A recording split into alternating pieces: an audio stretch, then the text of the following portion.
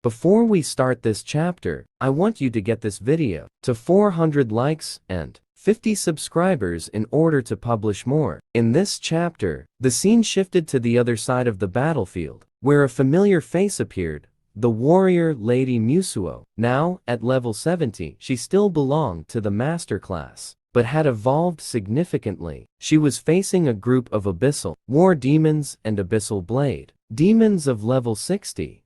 They were taunting her, believing they would finally take her down and devour her young and delicious flesh. Musuo was wielding a giant hammer, but her energy was completely depleted after a long fight, and she didn't have much strength left to swing it. One of the blade demons seized this weakness and lunged at her to deliver the final blow, but the shield lady immediately intervened, deploying protective shields around Musuo using the Astral Star Shield skill. She managed to block the demon's attack, but the monster's strength was immense, and concentrated red laser attacks quickly shattered the barrier. The shield lady stood for a moment, but she couldn't withstand the relentless assault for long. Musuo saw what was happening, jumped into the air, and struck the blade demon with her giant hammer, causing a massive shockwave that affected its position. But it wasn't enough. Musuo turned to her companions and told them to run quickly, realizing they were hopelessly defeated. She was ready to sacrifice herself to give them more time. The other girls refused her decision, considering it nonsense. They insisted they would either go together or not at all. Musuo cried,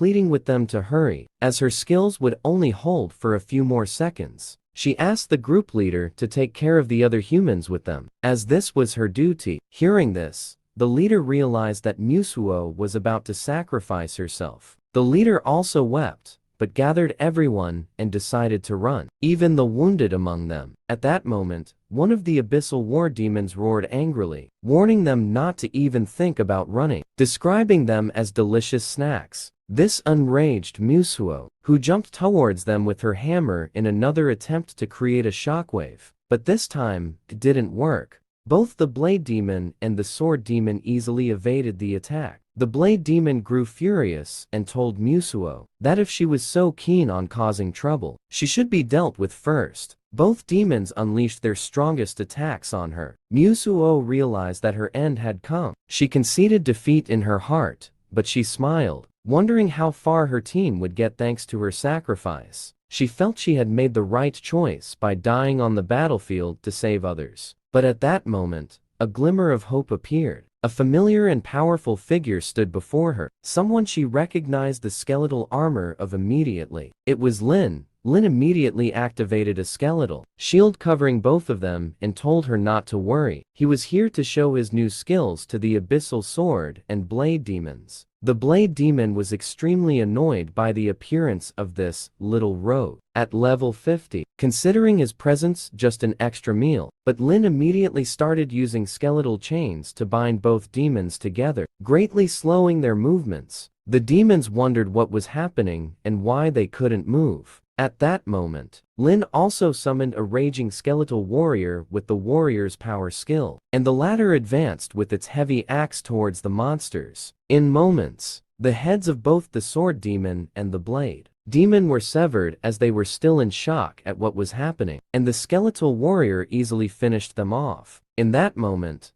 Musuo realized that her savior was Lin Moyu himself, and that this was no coincidence. She began to thank him for saving her life once again. Lin turned around with his usual serious look, wondering why she was thanking him. He told the fundraising lady that everything was ready to head to the heart of the core area, so she should also join him on an adventure she would never forget. Musuo smiled, despite her serious injuries, and told Lin that it was no problem and she would join him no matter what. Lin was shocked by this indifferent attitude from the lady who had just been begging to save everyone moments before. He explained to her that this time might be much more dangerous for the entire core area than before, wondering if the lady wasn't afraid. But Musuo only smiled and told Lin that with him by her side, there was no way she could perish at all.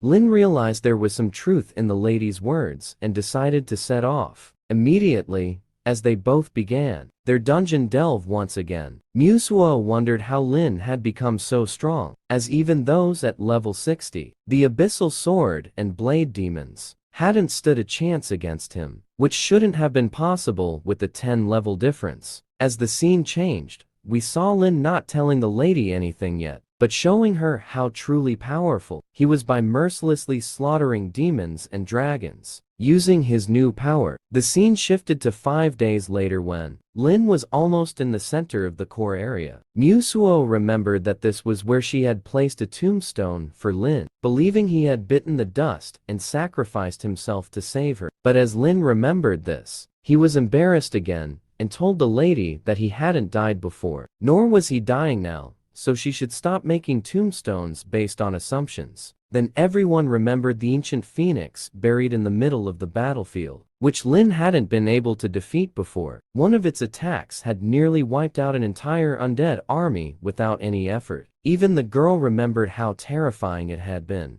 as everything began to resurrect. But this time it was even clearer, as once again, the ancient phoenix was flying in the sky, incredibly fast. And this time Lin was going to fight it again along with the lady of the group. Lin immediately started using his skeletal shield, covering himself and Manhwa so they could fight. This time, Lin summoned more skeletal warriors and raging warriors immediately, along with skeletal mages. Then we learned about the ancient phoenix's status window, which was a boss of level 67 with 300,000 strength, 150,000 agility, along with 200,000 spirit and 150,000 constitution. It had the flame burst skill, which gave it immunity to elemental fire damage, making the bird even more powerful. Lin realized that even the bird had become stronger and had evolved with its skills. The phoenix also began using the flame burst attack, throwing multiple fireballs towards Lin,